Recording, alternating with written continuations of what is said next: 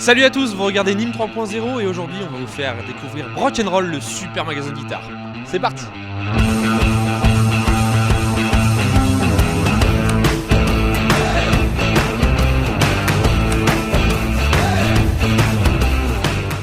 Et nous y voilà.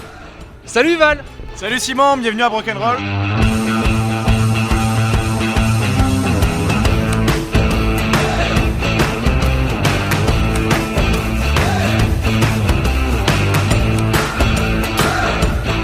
Alors Valentin, qu'est-ce que c'est Brock'n'Roll ? Alors qu'est-ce que c'est Brock'n'Roll ? C'est un magasin de guitares à Nîmes.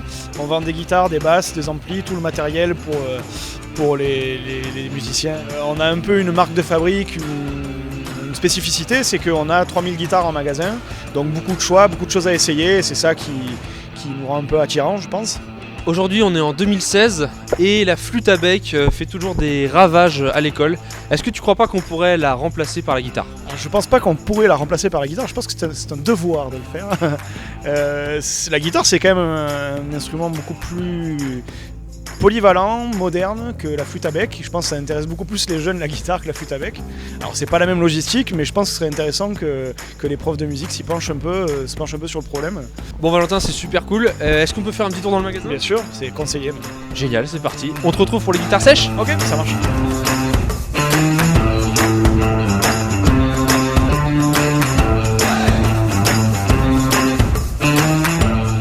Cette partie du magasin, c'est là où il y a les guitares folk. Les guitares folk, ça fait partie des guitares sèches. Quand on parle de guitares sèches, il y a les guitares classiques, les guitares folk. Les guitares classiques ont des cordes en nylon. Et ici, les guitares folk, ce sont des guitares qui ont des cordes en acier. Valentin, dis-moi. Oui. Ma petite sœur, elle a 8 ans, elle voudrait se mettre à la guitare. Bonne idée. Qu'est-ce que tu me conseilles comme guitare ? Alors, qu'est-ce que je te conseille comme guitare ? Soit une guitare folk, soit une guitare classique. La plupart du temps, on commence soit par l'un, soit par l'autre. Il faut savoir que la guitare classique, c'est une guitare qui va faire un peu moins mal aux doigts parce que les cordes sont plus tendres. Ouais. Par contre, c'est souvent des manches un peu plus larges, même s'il existe des manches un peu plus fines. On peut aussi commencer par la guitare folk, donc, qui est une guitare un petit peu plus ergonomique, mais qui ont des cordes qui font peut-être un peu plus mal aux doigts. Par contre, au niveau des sonorités, la guitare folk est un peu plus contemporaine, plaît un peu plus quand même aux jeunes au niveau des sonorités. On fait tout ce qui est un peu pop, folk, rock, moderne, etc. La guitare classique, c'est plus des sonorités, comme on dit, classique justement, ou flamenco, etc. Est-ce que tu as une guitare préférée dans le magasin ? Alors là, on est au rayon des guitares folk, donc je vais vous montrer ma folk préférée. C'est pas forcément la plus chère, c'est pas forcément la plus grosse. C'est un modèle qui s'appelle la Taylor GS Mini. Ça ressemble à ça. Elle est toute petite cette guitare, mais elle a tout d'une grande. Elle est connue pour ça. Taylor, donc c'est un fabricant américain de guitares qui est très connu, qui fait des guitares plutôt haut de gamme, voire très haut de gamme, qui est le concurrent direct de marques comme Gibson ou Martin. Et ça, c'est leur guitare la plus vendue, paradoxalement. C'est une guitare qui a un petit format, mais qui est fabriquée de telle façon qu'on arrive à avoir quasiment le son d'une grande guitare avec. Donc elle est facile à transporter, et en même temps, il y a du son. Contrairement à certaines petites guitares qui ont un son plutôt timide, on va dire. Hein. Là, on arrive quand même à avoir presque le son d'une grande guitare.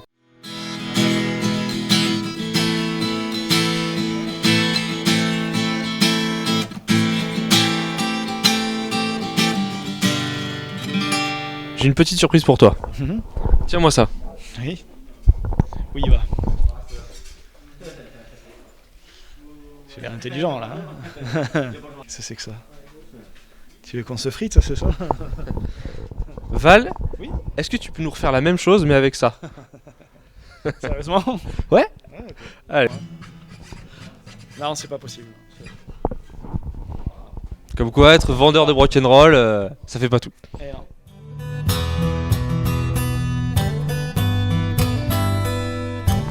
Et maintenant, on va retrouver JT qui va nous montrer les guitares électriques du magasin. Suivez-moi.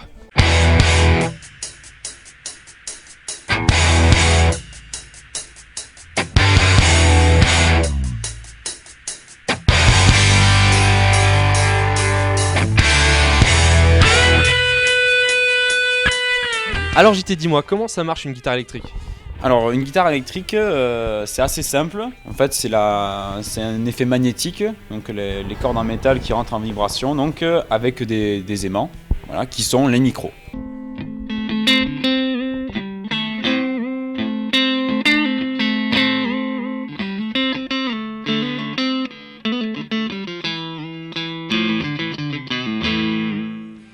Je me pose une question depuis tout à l'heure. Qu'est-ce que c'est que cette barre métallique que tu as sur ta guitare?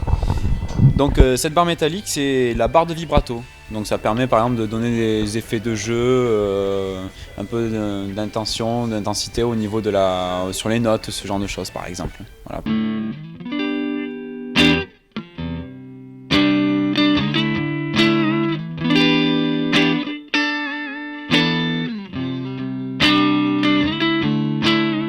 Eh les mecs, ça c'est une Fender Stratocaster, la guitare la plus célèbre de tous les temps. Il y a des mecs comme Jimi Hendrix et Eric Clapton qui jouaient là-dessus. Si tu devais emporter qu'une seule guitare sur une île déserte, laquelle ce serait? Sans hésiter, je prendrais ça. Pourquoi celle-là? Donc ça c'est une guitare Charvel. Donc c'est des guitares qui sont basées sur des Fender, sauf qu'à l'époque, ils montaient là-dessus tout ce que tu ne trouvais pas sur une Strat, où c'était un peu une hérésie, tu vois, de voir des équipements, par exemple des micros doubles, des chevalets flottants, c'était plus cette dynamique hard rock, donc ça se voyait pas trop à l'époque, et c'est Wayne Charvel donc, qui prenait des Strats, qui enlevait tout, par exemple comme sur les Strats qu'on a vu tout à l'heure, et qui les remodait. Voilà, donc ça, et moi c'est une guitare que j'aime beaucoup parce qu'aussi bien on peut taper dans des sons plus blues. Comme les One Direction, Justin Bieber. Ouais, pas tellement, mais bon. Mais bon, voilà. On peut aussi surtout taper dans tout ce qui est rock metal avec. Voilà, donc c'est une guitare qui est faite pour ça à la base. Tu nous fais une petite démo? Ouais, si tu veux, pas de problème.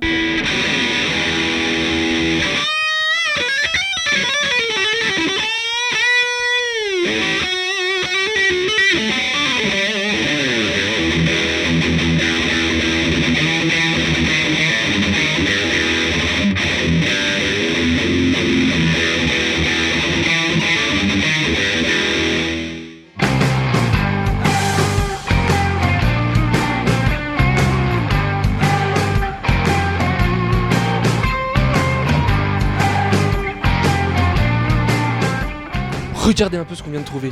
Une Gibson SG, c'est la fameuse guitare d'Angus Young d'ACDC. C'est la seule guitare qui a des cordes.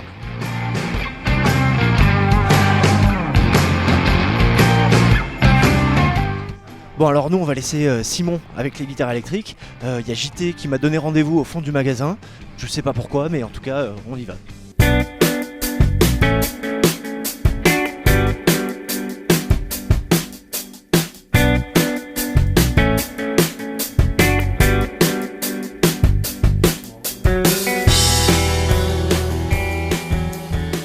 Alors on a changé de salle ou on est où là? Tu peux nous expliquer un petit peu? Il y a beaucoup de boutons, je comprends pas ce qui se passe. Alors là on est tout au fond du magasin, on est dans la pièce à effet. Je vous ai préparé les plus grands standards. Donc on va avoir la fameuse wah. Ça sert partout et c'est fait pour faire wah-wah.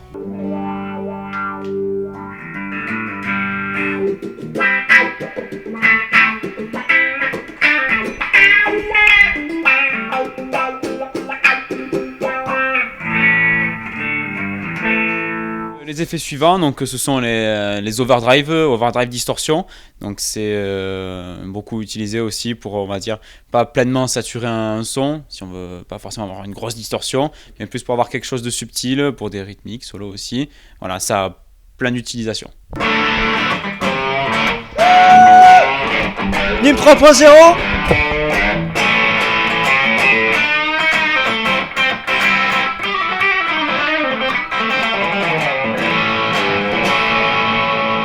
Et ensuite, donc, on va avoir tout ce qui est reverb et delay, voilà, donc qui sont des effets qui agissent un peu de façon spatiale pour donner de la profondeur au niveau du son, créer une ambiance, tout ça. Le delay, ça va être pour répéter des notes, par exemple, des notes jouées, et la reverb pour donner cette impression comme si tu jouais dans une grande pièce ou dans un canyon, ce genre de truc, quoi. Par exemple, tu vois, là je l'ai pas. Voilà, des jolis accords, tout ça, c'est bien, mais peut-être il manque quelque chose, tu vois. Un delay.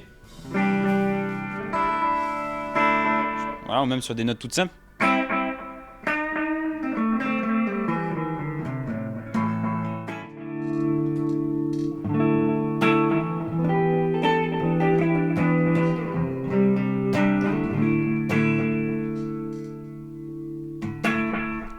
Si loin de toi. Ah pardon. Tu m'as parlé d'un petit effet tout à l'heure que tu apprécies particulièrement. Est-ce que tu peux nous en parler, nous montrer Ouais, ce que j'aime bien, donc c'est un octaveur. Donc ça permet de toujours, tu vois, dans l'idée de faire comme si tu jouais accompagné, d'avoir, on va dire, le signal de ta guitare et par-dessus superposer une ligne plus haute ou alors carrément plus basse, faire comme si tu avais un bassiste derrière toi.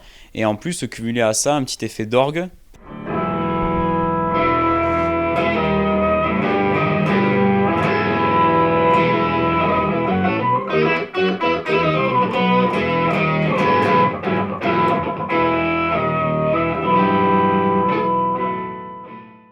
Ok, du coup en fait les effets c'est pour les gens qui se sentent seuls en fait, c'est ça?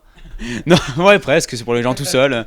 Non, mais c'est toujours dans l'idée, on va dire, d'optimiser le son et toujours de découvrir des nouvelles sonorités. Et ça, c'est la recherche perpétuelle du guitariste, bassiste.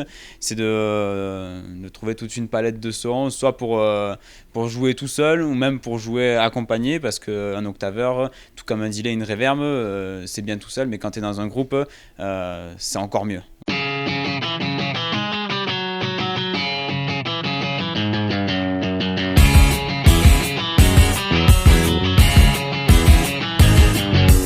Bon alors d'accord, les guitares électriques, les effets, tout ça on a vu, on a compris.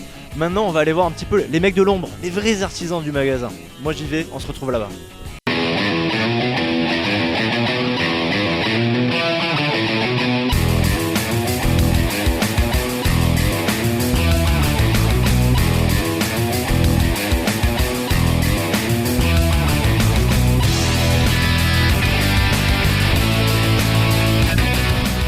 On est maintenant avec Antonin dans l'atelier, un peu dans les backstage du magasin. Est-ce que tu peux nous présenter un petit peu tout ça? Qu'est-ce qui se passe ici?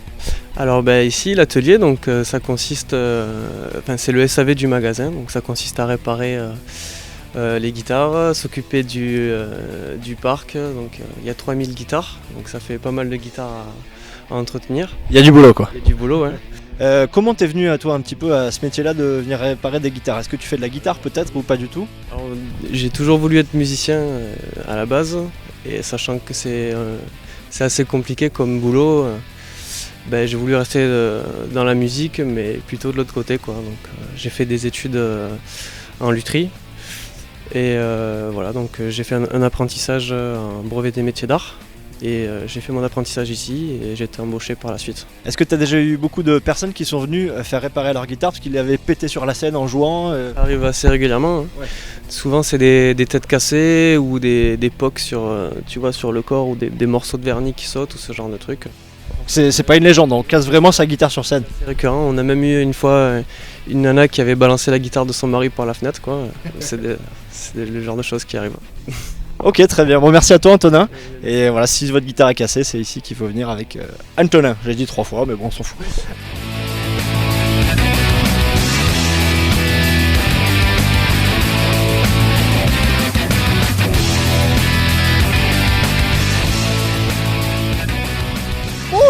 Et voilà, Nîmes 3.0, c'est terminé. On a pris une super dose de rock grâce à Rock'n'Roll, le magasin à Nîmes. Nous, on s'est éclaté, j'espère que vous aussi. On se retrouve très vite pour un nouvel épisode. Et let's rock!